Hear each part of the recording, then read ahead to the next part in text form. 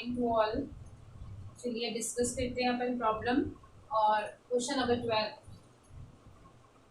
इसके अलावा बाकी जो भी प्रॉब्लम है बताइएगा, आप लोग देख लेंगे। क्वेश्चन नंबर 12 दे रखा है आपको x cos x minus 2 sine x d2y upon dx square plus x square plus 2 sine x dy upon dx minus 2 x sine x plus cos x y is equals to 0। ये दे रखा है question number 12। X cos x minus 2 sine x d2y upon dx square x square plus 2 और minus 2 x sine x plus cos x. अच्छा, साथ में यहाँ पर हिंट भी दे रखी है हमें, और हिंट क्या दे रखी है? कॉम्प्लीमेंट्री फंक्शन का एक भाग। हिंट क्या दे रखी है? CF का एक भाग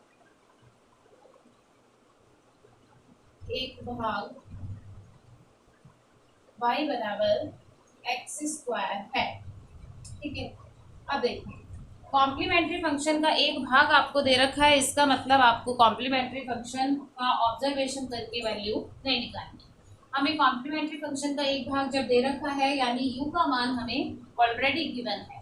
जब u का मान आपको गिवन है तो आप दी गई इक्वेशन को जनरल फॉर्म में चेंज करके y बराबर uv पूर्ण हल मान के डायरेक्ट सॉल्यूशन निकालेंगे। u का मान हमें ऑलरेडी पता है, हमें सिर्फ v का मान चाहिए। तो देखिए सबसे पहले तो हम इस इक्वेशन को, दी गई समीकरण को जनरल फॉर्म में लिखेंगे तो हमें d2y अपॉन dx स्क्वायर का गुणांक इकाई बनाना पड़ेगा, तो इसका भाग देना पड़ेगा। इसका भाग देना पड़ेगा तो यहाँ इक्वेशन हो जाएगी d2y upon dx square plus x square plus 2 sine x upon divide करेंगे x cos x minus 2 sine x dy upon dx minus 2 x sine x plus cos x upon इस पूरी टर्म से divide किया तो ये x cos x minus 2 sine x. ठीक है, y is equal to 0। ये हमारे पास है जनरल फॉर्म में d2y अपॉन dx स्क्वायर का गुणांक इकाई प्लस p प्लस q y is equal to 0। Right hand side 0 है, दैट मीन्स r 0 है। तो यहाँ पर हमें u ऑलरेडी पता है, u की वैल्यू एक्स स्क्वायर है तो हमने मान लिया। अच्छा, पहले लिख लेते हैं अपन क्या गिवन है। हमें दिया गया है CF का एक भाग y बराबर एक्स स्क्वायर है, तब माना पूर्ण हल। पूर्ण हल हम क्या मानते हैं? y बराबर uv। y बराबर uv हम इसका पूर्ण हल मानते हैं, जिसके अंदर u की वैल्यू हमें पता है, तो हमारा पूर्ण हल हो जाएगा x square into v. Question number 2। ठीक है, अब अगर इसे हमने पूर्ण हल माना है तो यहाँ y के मान को रखने पर समीकरण संतुष्ट होगी। यहाँ y का फर्स्ट डेरिवेटिव और यहाँ y का सेकंड डेरिवेटिव, तो हम इसको डिफरेंशिएट कर देते हैं x के रेस्पेक्ट में। dy अपॉन dx x के सापेक्ष करेंगे, क्या आएगा? एक्स स्क्वायर को रखा b का किया और b को रखा एक्स स्क्वायर का किया 2x। ये आ गई इक्वेशन नंबर 3। सेकेंड डेरिवेटिव निकालेंगे तो d2y upon dx square x square को रखा dv का किया d2b, dv को रखा एक्स स्क्वायर का किया, dv अपॉन dx को रखा एक्स स्क्वायर का किया, 2x हो जाएगा। अब यहाँ भी दोनों का होगा। देखिए 2x को रखा b का किया v का हो जाएगा dv अपॉन dx, तो यही टर्म दोबारा आएगी, तो ये हो गया आपके पास 4x प्लस v को रखा 2x का करेंगे तो आ जाएगा 2v। Question number 4। तो समीकरण 1 में 2, 3 और 4 से मान रखने पर y का मान, dy का मान और d2y का मान, ये सारी वैल्यूज हम कहाँ रख रहे हैं? क्वेश्चन नंबर 1 में। देखिए क्या बनेगा। d2y की टर्म ये तीनों x square d2y upon dx square plus 4x dv upon dx plus 2v। First term आ गई ये।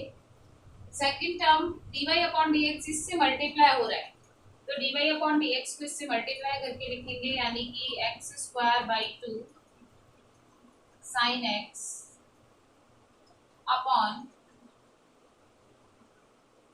x cos x minus 2 sine x, और dy अपॉन dx की जगह x square dv upon dx plus 2xv, फिर minus यहाँ y की term है आपके पास, y का गुणांक है ये बड़ा सा पद, और इसको हम मल्टीप्लाई कर रहे हैं y की जगह y की वैल्यू रखकर, और y की वैल्यू है x square v is equal to 0। ठीक है, रख दी हमने वैल्यू, y की वैल्यू रख दी, dy की वैल्यू रख दी और d2y की वैल्यू रख दी। अब हमारा काम क्या है? d2v अपॉन dx स्क्वायर का पद छाटना, dv अपॉन dx का पद छाटना और v का पद छाटना। v का पद आपके पास 0 होना है, तो देखिए सबसे पहले हम टर्म छाट लेते हैं। एक ही पद है हमारे पास d2v upon dx square, as it is plus dv upon dx के पद देखिए, dv अपॉन dx का एक पद तो यहाँ से आ रहा है 4x, और dv अपॉन dx का एक पद यहाँ से आ रहा है ये।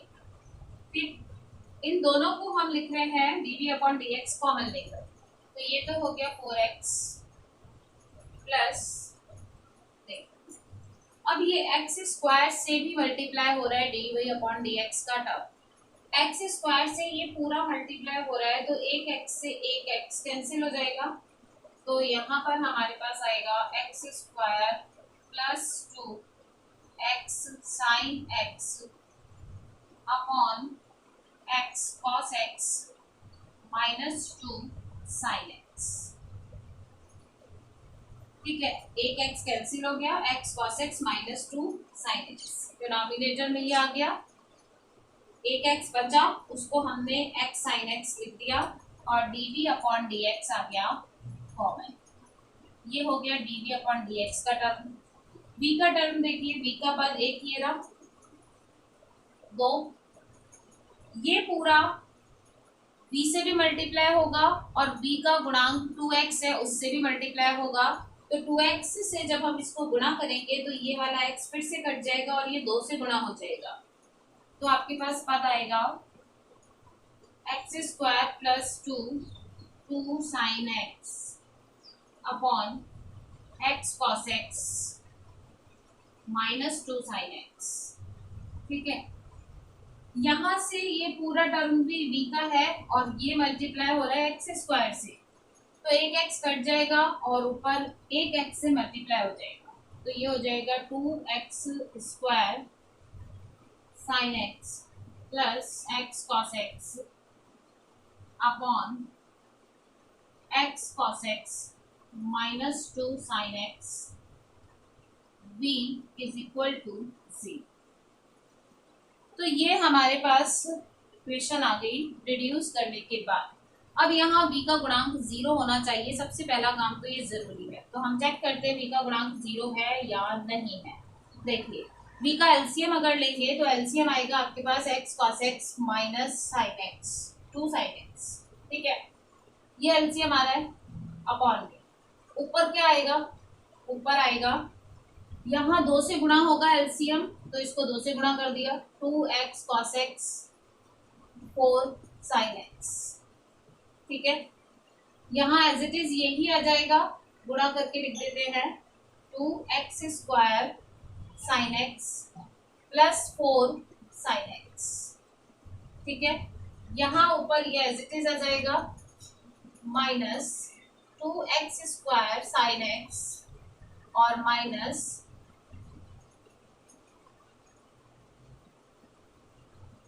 अच्छा ये भी 2 से मल्टीप्लाई होगा, 2 और आ जाएंगे यहाँ पे, 2 बाहर है तो 2x से किया तो माइनस 2x cos x, ये ऊपर आ गया। और अब देखिए आप इसके अंश, एलसीएम तो ये आ गया, लेकिन अंश को देखिए 2x cos x 2x cos x cancel, 4 sin x cancel, 2x square cancel. सारी टर्म कैंसिल हो जाने के बाद v का गुणांक क्या हो गया, शून्य। ये पूरी टर्म आपके पास 0 हो गई और इस पूरी टर्म को 0 ही होना चाहिए था। अकॉर्डिंग टू प्रोसेसिंग, हमारे जो करने की प्रक्रिया है सॉल्व करने की, उसके अंदर हमारा v का कॉफिशिएंट 0 ही होना चाहिए और यहाँ 0 हो चुका है। अब देखिए v का गुणांक तो 0 हो गया, बची हुई टर्म कौन कौन सी है, d2v का पद है x square d2v upon dx square. ठीक है, v के पद में dv अपॉन dx का जो पद है इसमें ये ब्रैकेट है और इस ब्रैकेट को भी हम अगेन एलसीएम लेके सॉल्व कर लेते हैं। एलसीएम आएगा same x cos x minus 2 sin x, इस लघुत्तम को 4x से मल्टीप्लाई करेंगे और इसमें जोड़ देंगे तो देखिए क्या आएगा, तो आएगा आपके पास 4x square cos x minus 8x sin x।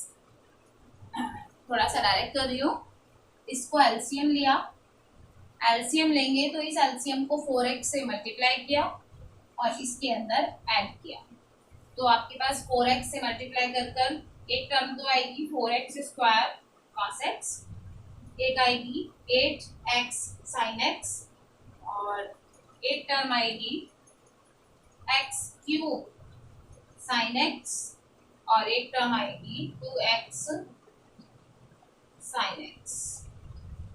ठीक है, कट कुछ भी नहीं रहा, सिर्फ इसके अलावा ये दोनों बस सेम आ रहे हैं, लिख देते हैं प्लस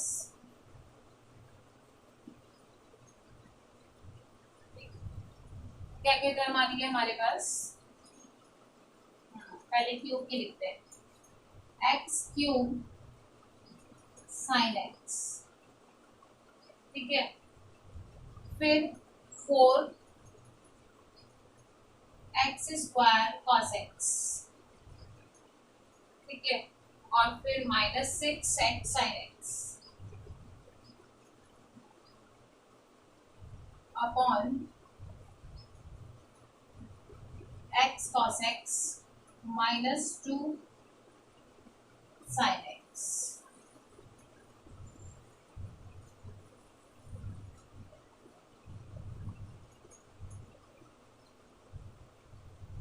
ये बचेगा आपके पास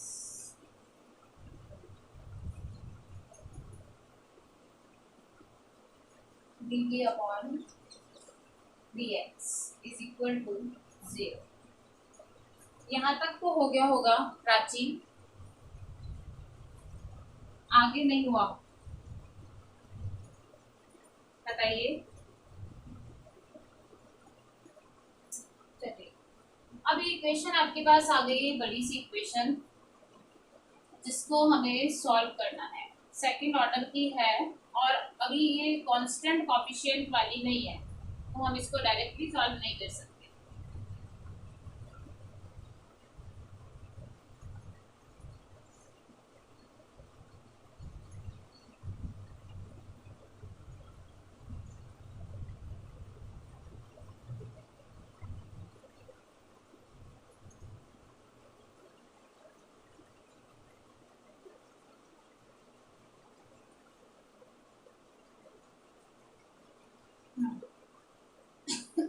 कोई बात नहीं, एक्स स्क्वायर का भी डिवाइड कर दीजिए और इसको फर्स्ट ऑर्डर में चेंज कीजिए।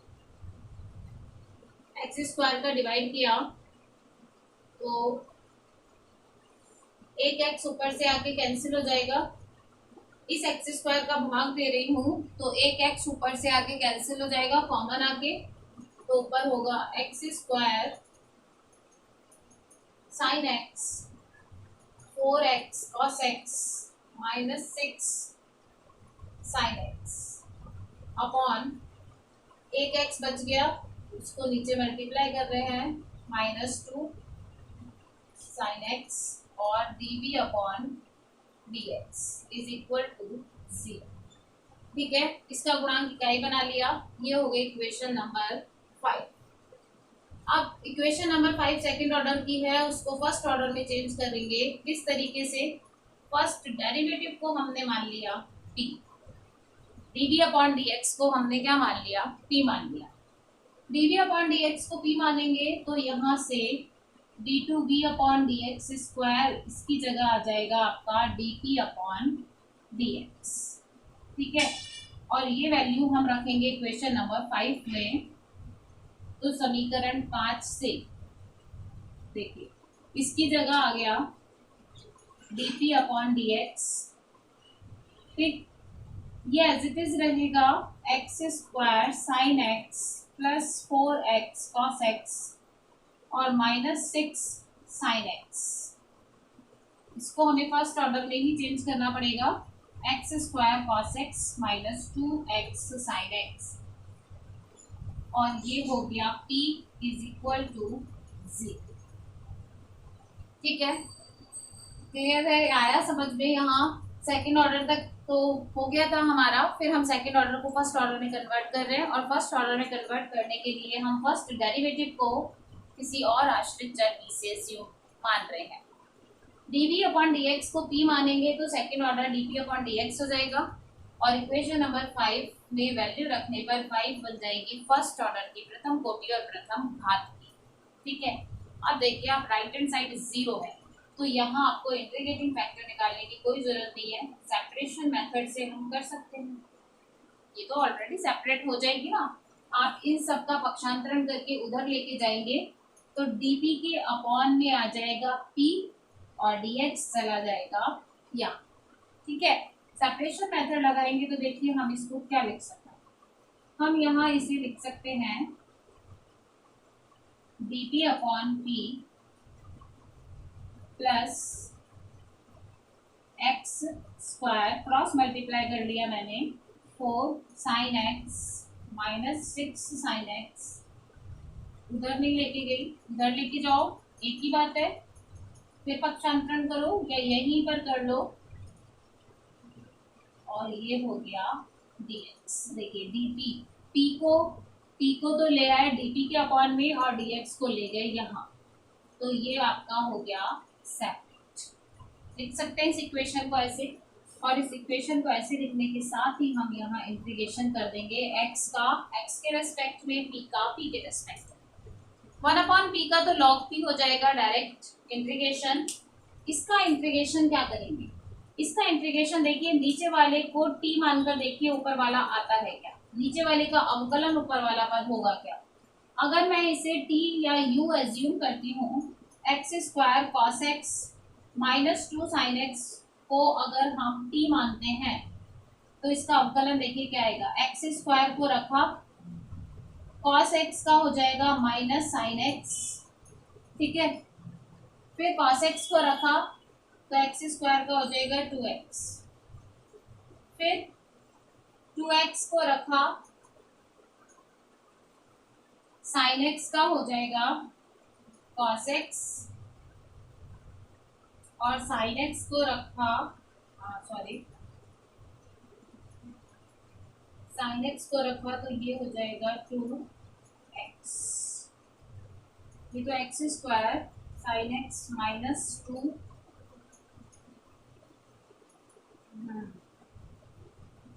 कॉस एक्स है,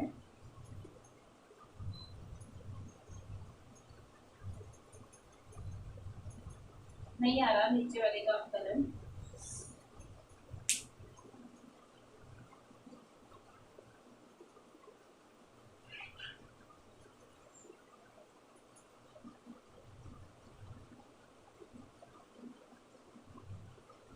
एक्स स्क्वायर साइन एक्स और चलिए फैक्टराइज करके हो जाएगा, करेंगे इसका इंटीग्रेशन आगे। पहले आप यहाँ तक हो गया कंप्लीट, नोट करना है प्राची। चलिए यहाँ तक एनी डाउट?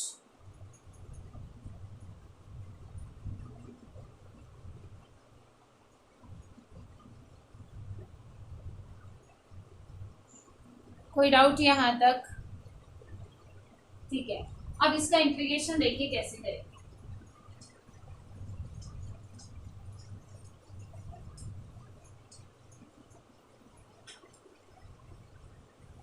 इसका इंटीग्रेशन करने के लिए हमें ऊपर वाले पद को पहले थोड़ा सा फैक्टराइज करना पड़ेगा।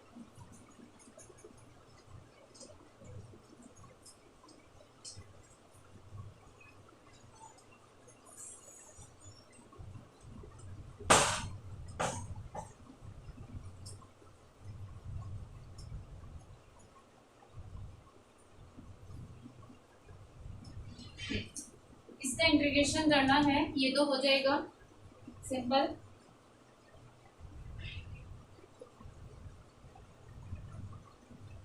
तो ये तो एज इट इज हमारा भी लिख लेते हैं, dt upon P plus integration x square sine x, ये एज इट इज, ये एज इट इज, और -6 साइन एक्स को हम क्या लिख सकते हैं, x square sine x -6 sine x को हम क्या लिख सकते हैं, +2 और -8। देखिए जरा, क्या हम ऊपर वाली टर्म को लिख सकते हैं ऐसा? क्या हम ऊपर वाली टर्म को ऐसा लिख सकते हैं? ये वाले दोनों पद एज इट इज है, -6 साइन एक्स को लिखा -8 +2, ठीक है, -8 +2 -6 ही आएगा, और ये दोनों पद अपनी जगह एज इट इज है। ऐसा क्यों किया? क्योंकि हमने देखा नीचे वाले का अवकलन ऊपर वाला पद नहीं आ रहा, तो फिर हम थोड़ा सा एडजस्ट कर रहे हैं, फैक्टर्स कर रहे हैं। X square cos x -2x sine x dx लिख लिया ऐसा, इक्वल्स टू 0। अब देखिए, अगर मैं इसे डिफरेंशिएट करूंगी तो इसकी डिफरेंशिएशन से ये दोनों पद आएंगे। अभी करके देखा था डिफरेंशिएशन, देखो एक्स स्क्वायर को रखा, कॉस एक्स का होगा माइनस साइन, ये वाली टर्म आएगी माइनस साइन के साथ, ये टर्म आएगी विद माइनस साइन। फिर कॉस एक्स को रखेंगे तो इसका होगा 2x यानी 2x कॉस एक्स। फिर इसको रखेंगे, इसका होगा कॉस एक्स यानी -2x cos x, plus 2x cos x -2x cos x cut जाएंगे। फिर साइन एक्स को रखेंगे तो इसका हो जाएगा ओनली 2, तो माइनस का ही आएगा एक्स स्क्वायर साइन एक्स और माइनस का आएगा 2 साइन एक्स। दोनों पद आएंगे लेकिन दोनों माइनस के आएंगे और माइनस हम कॉमन ले सकते हैं, तो इस नीचे वाले का अवकलन ये ऊपर वाला पद आ जाएगा। तो इसके अपॉन में इसको अलग लिख दें और इसके अपॉन में इसको अलग लिखेंगे तो इसके फैक्टर और इसका फैक्टर सेम है, कट जाएगा। देखिए dp upon p plus x square sine x plus 2 sine x upon x square cos x -2x sine x. एक तो हमने फर्स्ट 2 टर्म के अपॉन में लिख लिया और लास्ट 2 के अपॉन में देखिए कैसे लिख रहे हैं। इन दोनों में से आपके पास कॉमन आ रहा है 4 कॉमन लोगे, 4 कॉमन लोगे तो अंदर क्या बचेगा, अंदर बचेगा x cos x -2 sin x। ठीक है, इन दोनों में से अगर मैं 4 कॉमन लूंगी तो बचेगा x cos x -2 sin x और यहाँ से x कॉमन लूंगी तो बचेगा x cos x -2 sin x। ऊपर और नीचे दोनों में फैक्टर सेम है, कट जाएगा, ऊपर 4 बचेगा, नीचे x बचेगा और 4 अपॉन x का इंटीग्रेशन हम कर देंगे। आ गया, ये टर्म समझ में आ गई सबको? बताइए आगे समझ में क्या किया, उसका इंटीग्रेशन करने के लिए -6 को लिखा -8 + 2, और -8 + 2 लिखने से हमें क्या बेनिफिट हुआ, फर्स्ट टू टर्म्स को लेकर हम u1/u वाला फंडा लगा सकते हैं, मतलब नीचे वाले का अवकलन ऊपर वाले ये दोनों पद आ रहे हैं तो इसके अपॉन में ये अलग लिख दिया और इसके अपॉन में ये अलग लिख दिया।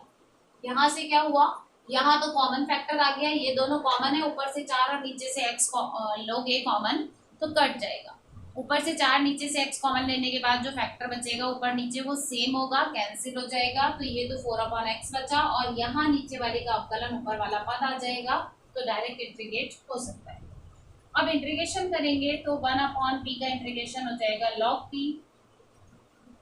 यहाँ नीचे वाले का अवकलन ऊपर वाला पद आएगा लेकिन माइनस के आएंगे दोनों, तो हमने माइनस भी कॉमन ले लिया, ये हो जाएगा log x² cos x - 2x sin x। इसको t मानेंगे तो 1/p का इंटीग्रेशन होगा log t, माइनस एक्स्ट्रा आ रहा है उसे बाहर लगा दिया, माइनस log t, और log t की जगह वैल्यू रख दी, और ये हो जाएगा 4 कांस्टेंट है 1/x का log x is equal to integration constant c1।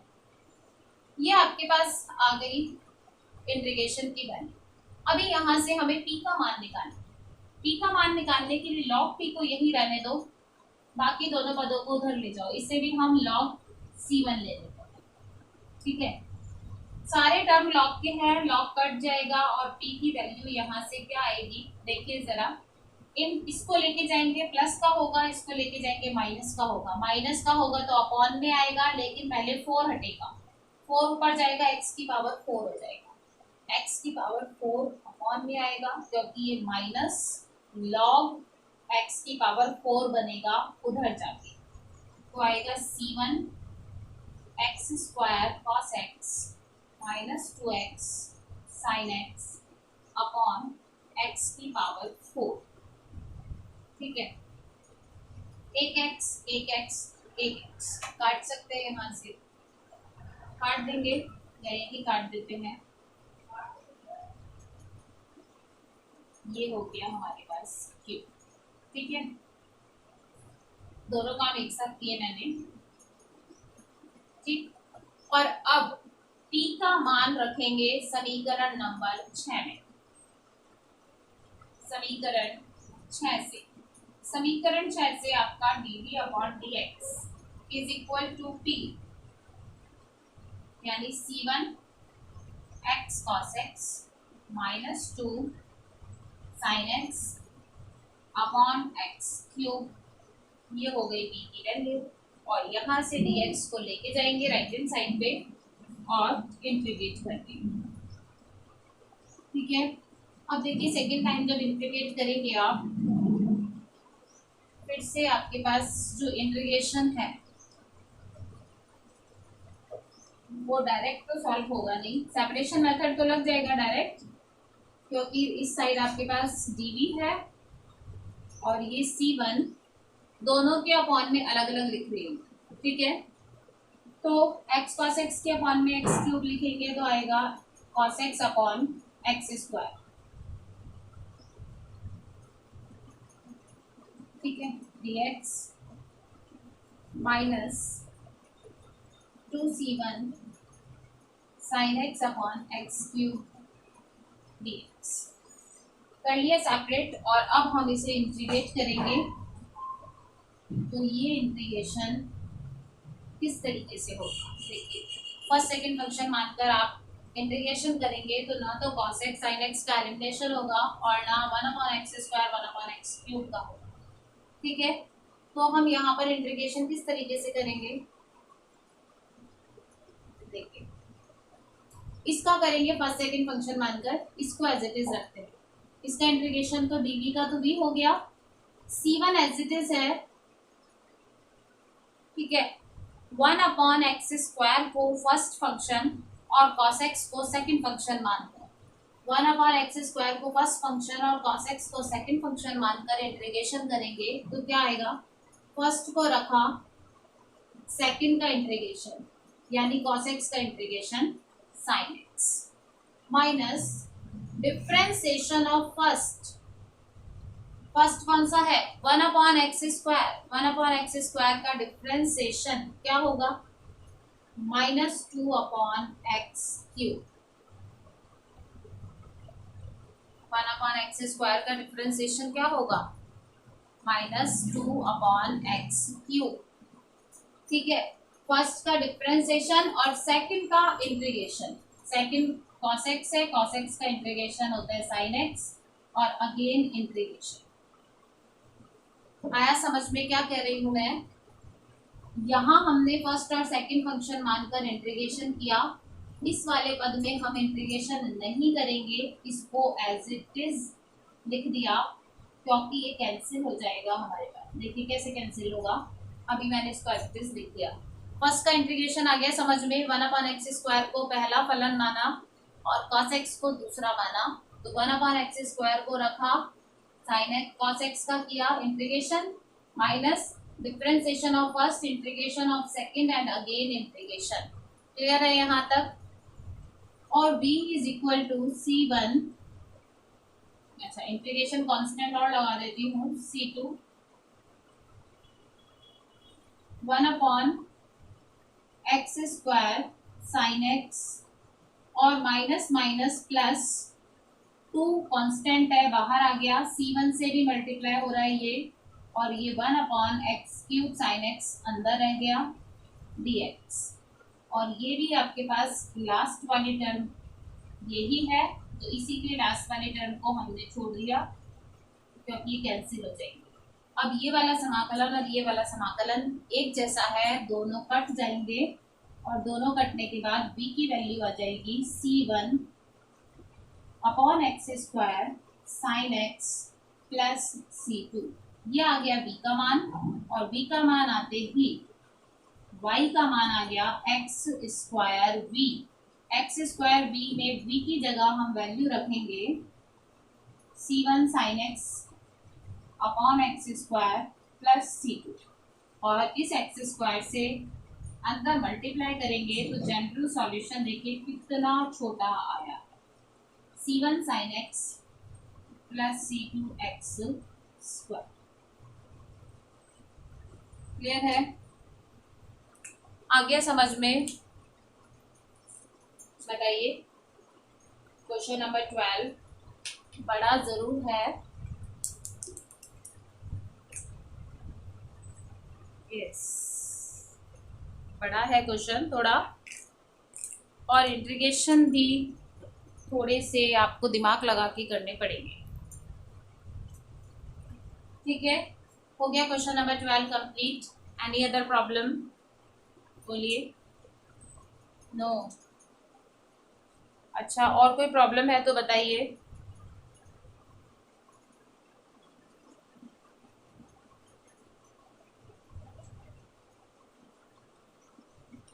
Yes question number 8, question number 8 क्या प्रॉब्लम है क्वेश्चन नंबर 8 में, क्या इंटीग्रेशन नहीं हुआ या आपका ऑब्जर्वेशन ही नहीं हुआ।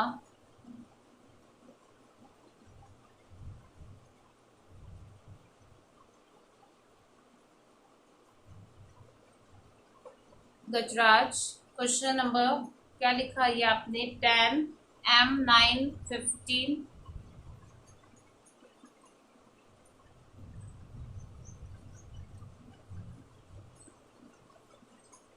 नेक्स्ट क्वेश्चन देखिए,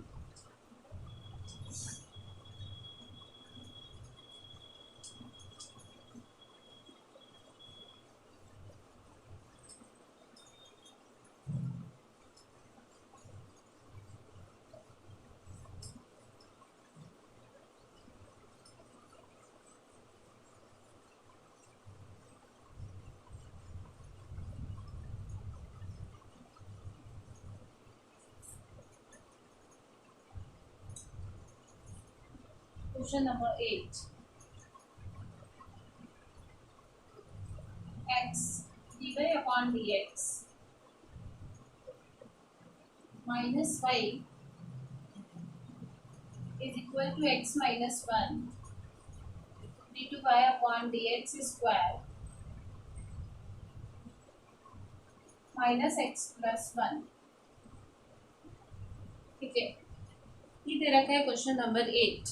सबसे पहले हम क्वेश्चन नंबर 8 को जनरल फॉर्म में चेंज करेंगे, देन वी गेट सॉल्व। ठीक, सबसे पहले हम इसको जनरल फॉर्म में चेंज करेंगे। d2y dy और y सारे पदों को एक साथ लिखेंगे। तो यहाँ देखिए x माइनस वन पूरे ब्रैकेट से मल्टीप्लाई हो रहा है, तो x माइनस वन को d2y अपॉन dx स्क्वायर से मल्टीप्लाई किया, d2y अपॉन dx स्क्वायर। ठीक है, फिर ये वाला पद dy अपॉन dx का है, इसको हम उधर लेके गए तो minus x dy upon dx। ठीक है, ये पद y का है, इसका भी पक्षांतरण किया प्लस y। ठीक है, और x माइनस वन को दोनों से गुणा किया। अच्छा देखिए, इन दोनों में से अगर मैं माइनस कॉमन लूं तो इसे भी x माइनस वन ब्रैकेट पे लिख सकते हैं। यहाँ से माइनस कॉमन लें तो हम इसे लिख सकते हैं bracket x minus one. Bracket x minus one, bracket x minus one से मल्टीप्लाई होगा x माइनस वन का होल स्क्वायर बनेगा विद माइनस साइन, और माइनस साइन बाहर है, और इस x के फलन का उधर पक्षांतरण किया तो ये x माइनस वन का होल स्क्वायर प्लस का हो गया। ठीक है, मैंने यहाँ पर क्या किया दोबारा बताती हूँ, x माइनस वन को d2y अपॉन dx स्क्वायर से मल्टीप्लाई किया, x माइनस वन को माइनस कॉमन लेके इस x माइनस वन से मल्टीप्लाई किया। दो पद आएंगे, एक पद ये वाला ये रहा एज इट इज, और दूसरा ये आएगा माइनस का, तो इस माइनस का पक्षांतरण दूसरी साइड कर दिया तो ये प्लस का हो गया। फिर dy अपॉन dx की टर्म ये है, इसको d2y के पास लेके जाएंगे तो ये माइनस की, और y माइनस का है तो उधर ले जाकर प्लस का। इसके बाद हमें d2y अपॉन dx स्क्वायर का गुणांक इकाई बनाना है, तो भाग देंगे x माइनस वन का dy अपॉन dx।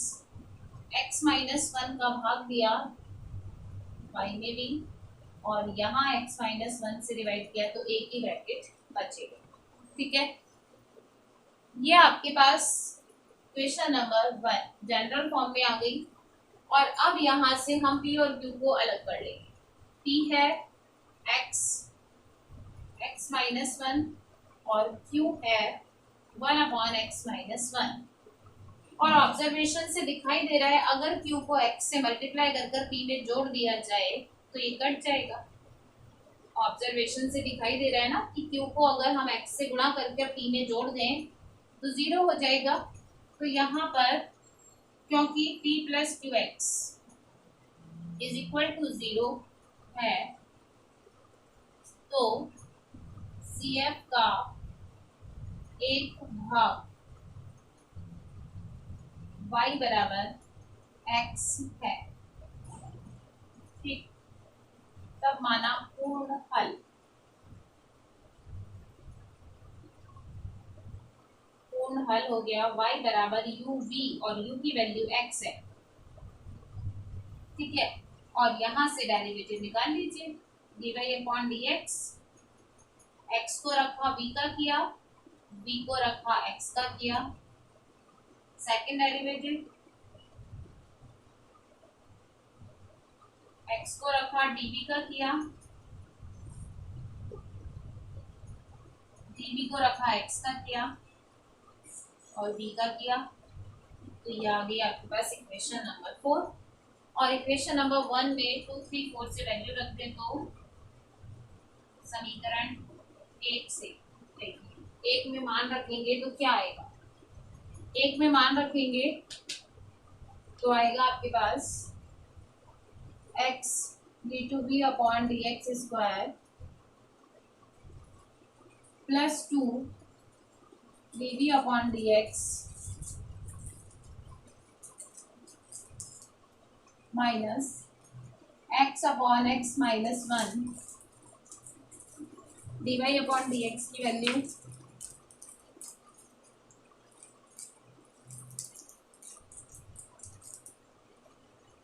और y की वैल्यू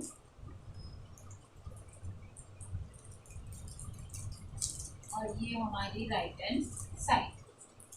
ठीक है, और अब हम चेंज करेंगे जनरल फॉर्म में प्रॉपर फॉर्म में, और प्रॉपर फॉर्म में चेंज करने पर देखिए ये d2b का पद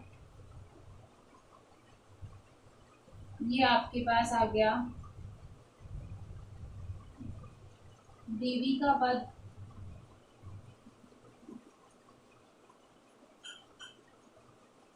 और ये आ गया आपके पास v का पद। v में तो सारी टर्म कट ही रही है, 0 हो गया। ठीक है, यहाँ से x का भी डिवाइड कर रहे हैं और साथ में एलसीएम भी ले रहे हैं, तो ये हो जाएगा d2b अपॉन dx स्क्वायर। ठीक है, x से मल्टीप्लाई किया है क्योंकि इस x का भाग दिया तो x का भाग देंगे, तो ये हो जाएगा एलसीएम आपके पास x माइनस 1, तो ये तो 2x माइनस 1 से होगा और ये x क्यूब से होगा, सॉरी x से होगा, तो 2x माइनस 2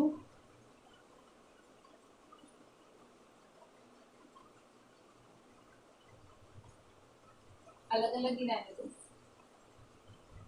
2 अपॉन एक्स और x का डिवाइड किया तो एक x कट जाएगा, dv अपॉन dx, और ये 0 हो गया। यहाँ x का डिवाइड किया तो ये 1 माइनस 1 अपॉन एक्स हो गया।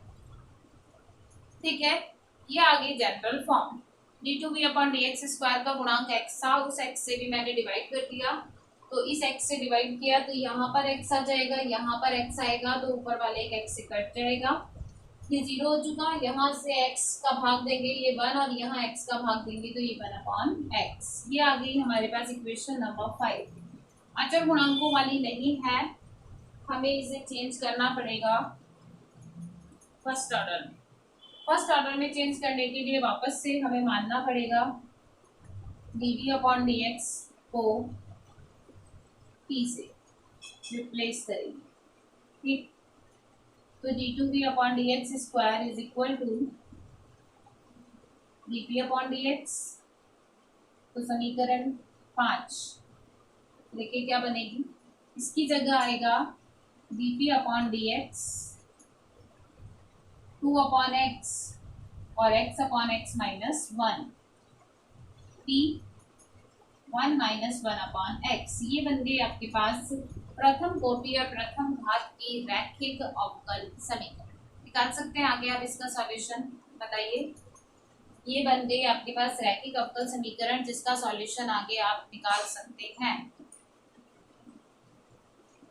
ठीक है, तो आगे हम इसका इंटीग्रेटिंग फैक्टर निकालेंगे और इंटीग्रेटिंग फैक्टर निकाल के फॉर्मूले में रखकर p की वैल्यू निकालेंगे और देन इस p की वैल्यू को रिप्लेस करेंगे यहाँ पर और वापस इंटीग्रेट कर कर किसकी वैल्यू निकालेंगे, v की वैल्यू निकालेंगे।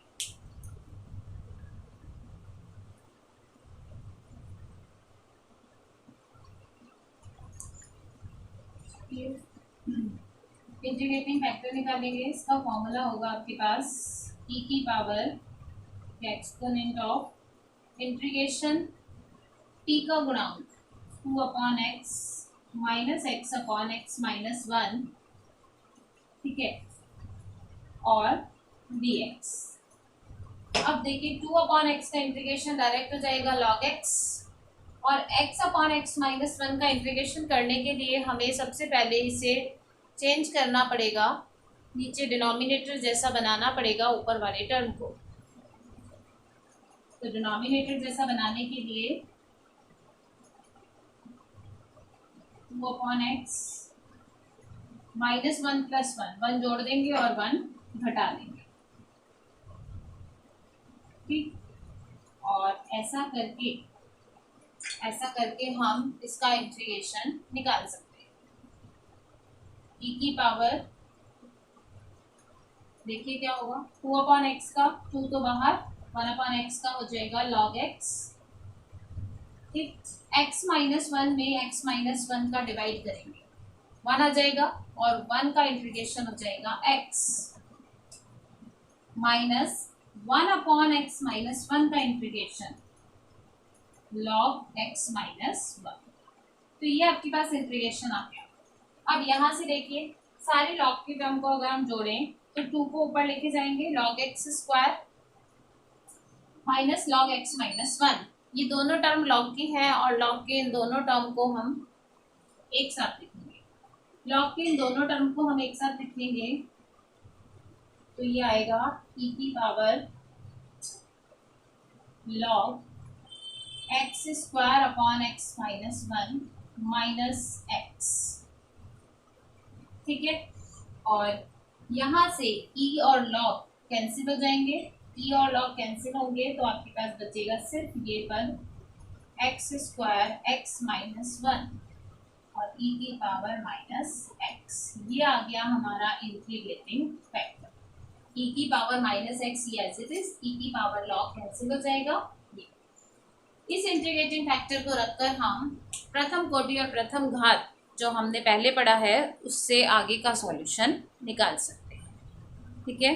तो आगे आप करके देखिएगा, कोई भी प्रॉब्लम आए तो प्लीज़ कमेंट सेक्शन में मुझे बताइएगा, फिर हम आगे और डिस्कस करेंगे। और thank you for watching, bye.